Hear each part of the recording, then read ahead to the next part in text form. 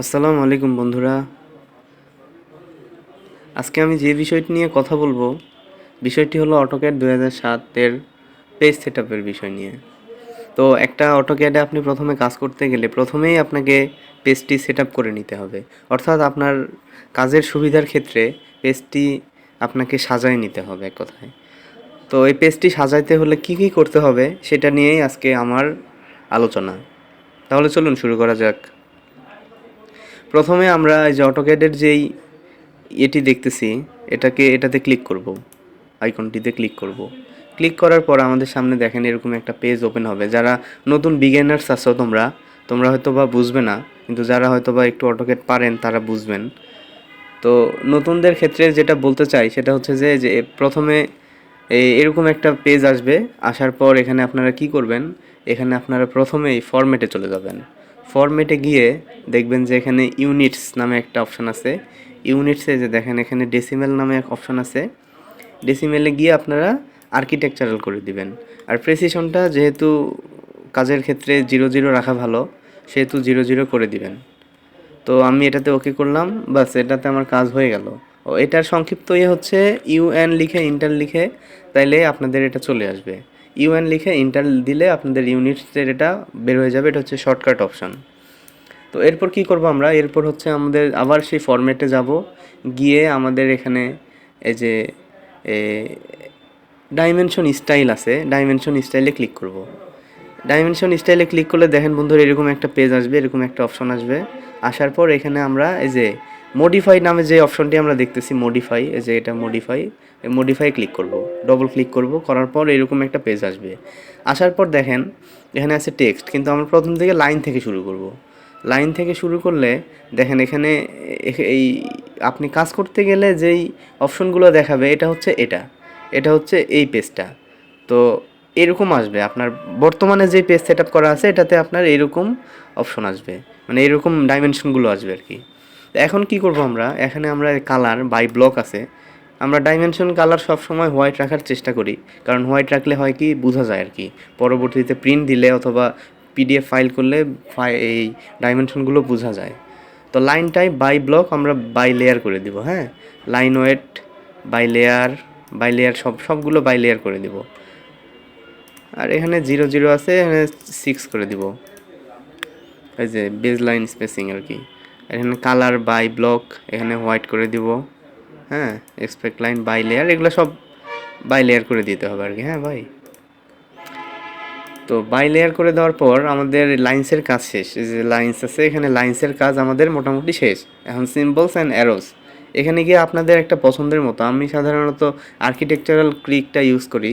এটা প্রায় সব জায়গাতেই হয়। এই যে লেডারে এখানেও আর্কিটেকচারাল টিক, এটাতেও হবে। হ্যাঁ, অ্যারো সাইজ আমি 6 ইঞ্চি, সরি 00 রাখতেছি, অথবা 1 ইঞ্চি, 00ই ভালো। ওকে, অ্যাভব ডাইমেনশন টেক্সট। ওকে, এখন আমরা টেক্সটে যাব। টেক্সটে গিয়ে কি করব, এই যে টেক্সটের যে কালার আছে এই কালারটা আমরা হোয়াইট করে দিব। আর ফাইল কালার ফাইল কালার দরকার নাই। এটা টেক্সট হাইট দিব আমরা মোটামুটি 6 ইঞ্চি অথবা 8 ইঞ্চি।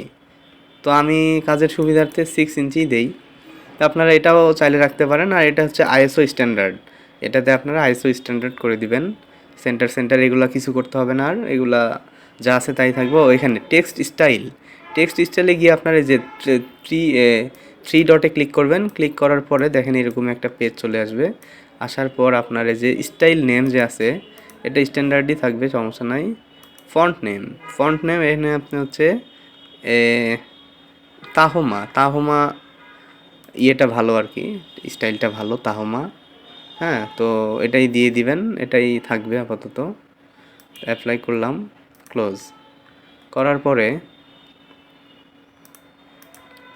ওকে, এখানে আপনার ফিটে আসবেন। ফিটে এসে আমি বোথ টেক্সট অ্যান্ড অ্যারোস দিই, মানে দুইটাই আপনার আউটসাইড অফ ইয়ে। এটাতে জাস্ট এটাই, এটাতে কিছু না। প্রাইমারি ইউনিটসে গিয়ে দেখেন, প্রাইমারি ইউনিটসে গিয়ে কাজ হচ্ছে আপনাদের এই যে এখানে ইউনিট ফরম্যাট নামে একটা অপশন আছে। ইউনিট ফরম্যাটে গিয়ে আপনারা এখানে দেখবেন যে ডেসিমেল করা আছে, কিন্তু ডেসিমেলের জায়গায় আপনারা কি করবেন, এই যে আর্কিটেকচারাল আছে এই আর্কিটেকচারাল করে দিবেন। আর এই যে প্রেসিশন দেখেন আপনার এই 1/16 আছে, ইঞ্চি আছে, যেটা আপনারা 0 করে দিবেন, তাইলে এরকম একটা অপশন চলে আসবে। হ্যাঁ, তো আর এখানে আরেকটা কাজ হচ্ছে যে এই যে দেখেন ডেসিমাল ডিগ্রিজ, আচ্ছা এটাই থাকবে, প্রেসিশন এটাই থাকবে। আপনারা যে এখানে দেখেন ফিটটা আমরা ক্লিক আউট করে দিব, অর্থাৎ 0 ইঞ্চি শুধু রাখবো।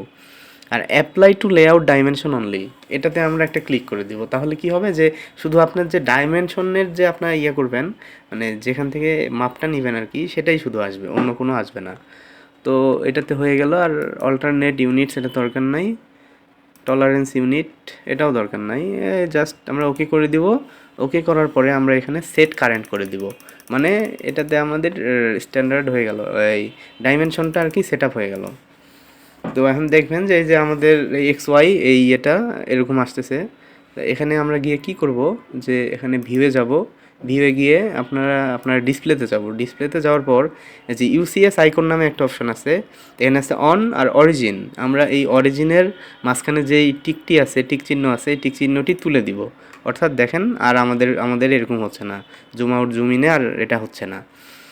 এখন আমরা কি করব, এখন আমরা এই পেজটা আমরা একটা নির্ধারণ করব জুম আউট আর জুম ইনের ক্ষেত্রে, যে পেজটা কত বড় আসতে পারে। তো আমরা এখানে কি করব, Z inter all, ALL all double inter করলে কি হবে, যে পেজটা অনেক বড় হয়ে যাবে। আর আপনি একটা কাজ করলে পেজটা ছোট বড় হবে। দেখেন আমি একটা লাইন দিয়ে দেখাই, এই যে মনে করেন এটা লাইন। হ্যাঁ, তো দেখেন পেজটা এখন ছোট বড় হচ্ছে, পেজটা আরও ছোট বড় হবে। জেড ইন্টার অল ইন্টার, দেখেন এখন আরও ছোট বড় হবে। হ্যাঁ, তো এই যে বিষয়, এটাতে আপনারা করতে পারবেন। এটা আমি আপাতত ডিলিট করে দিচ্ছি, ডিলিট করে দিলাম। এখন আমি এটা সেভ দিলাম, মানে এটা আমি একটা ড্রয়িং আর কি সেভ দিলাম, ড্রয়িং 1 লিখে সেভ দিই, প্রবলেম নাই। তো আচ্ছা এটা হবে না, আমি আমার নামে দিই ফজলে রাব্বি, ফজলে রাব্বি, এটাতে আমি সেভ দিলাম। এখন দেখেন আমার এই ফাইলটা সেভ হয়ে গেল।